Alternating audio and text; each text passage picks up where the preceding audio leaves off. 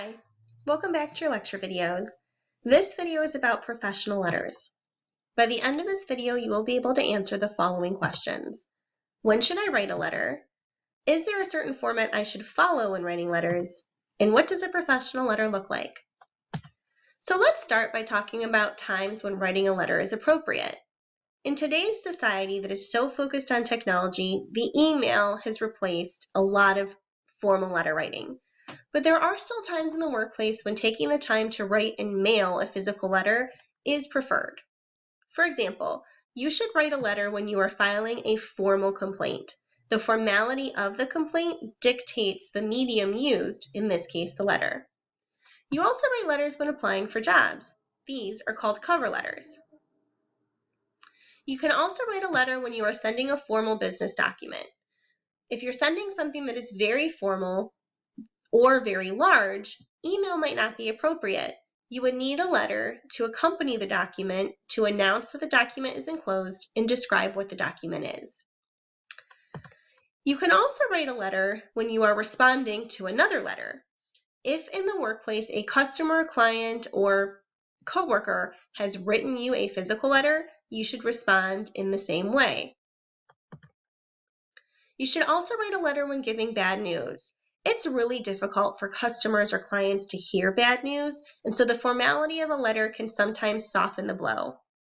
Sometimes you might just need a permanent record of something, and in that case, a letter, which can then be saved as a Microsoft Word document or scanned as a PDF into a printer, can provide that permanent record that you need.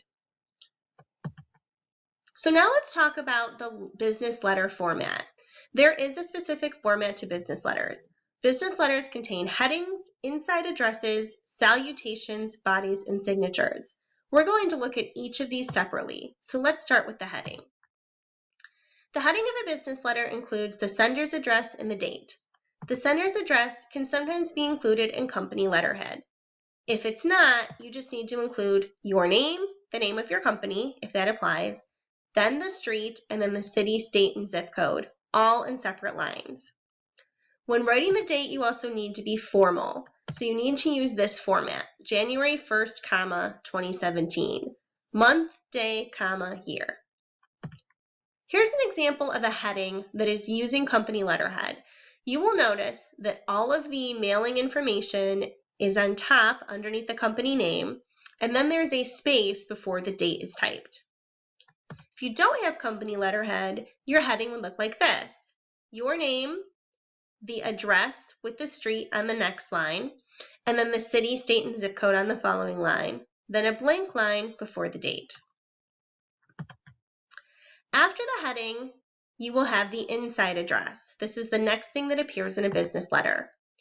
The inside address is the name and address of the person to whom you are writing. This is also formal and follows the same address format as used in the heading. Here's an example. Ms. Jane Doe, so a name written formally on one line, then the name of the company on the next, if that applies, and then you have your street address on the third line, and then city, state, and zip code on the last line. Underneath your inside address is your salutation. Your salutation is your greeting. Because business letters are formal by nature, your greeting should also be formal. You need to use titles with people's names like Mr., Mrs., or Dr., and place a comma after the name. Because you're being formal, you wouldn't want to say, "Hey Joe."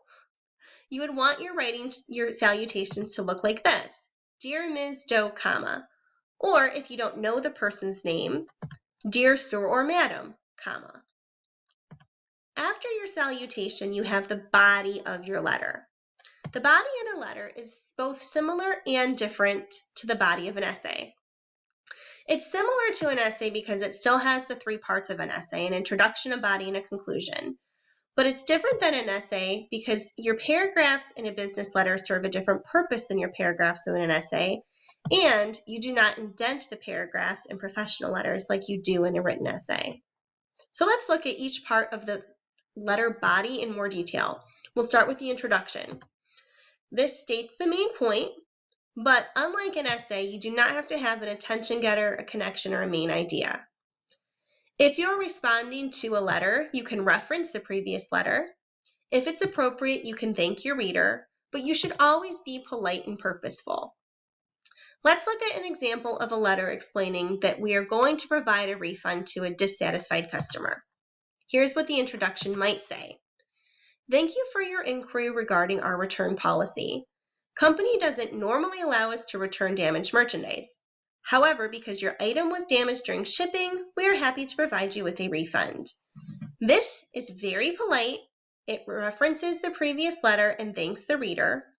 It also states the main point that we are going to give her a refund. After your introduction, then you have your body. Here your body explains the details, provides any necessary background information, but is always concise. You don't need to be extra wordy. You also aren't trying to hit a certain page length or word requirement, so there's no need for you to use extra clutter or fluff in your writing. Here's an example of what the body might look like in the same sample letter that is informing a customer that we are providing a refund. I will credit the full purchase price, including tax and shipping, to the credit card you used when you purchased the exercise equipment. A total of $789.65 will be credited to the Visa card ending in 5678. Please allow 7 to 10 business days for the refund to post to this account. Notice that this is very to the point. It's very concise. We are explaining how much the refund will be, how we are refunding it back to the credit card, and how long it will take for the customer to receive the refund.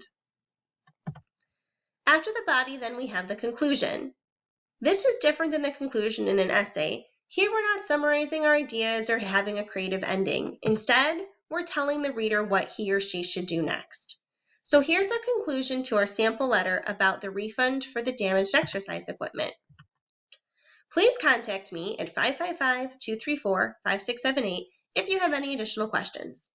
And that's all I want the reader to do.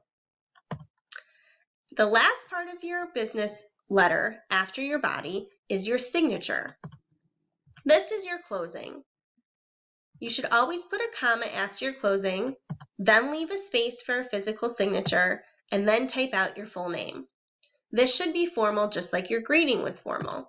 So you can use sincerely, best regards, thank you, or something similar. But notice that all of these have commas after them. So now that we've examined each part of the business letter format in detail, let's look at an example of the entire business letter together so we can get a better idea for what it looks like. Here I have my heading. This is the part of my business letter that has my mailing information.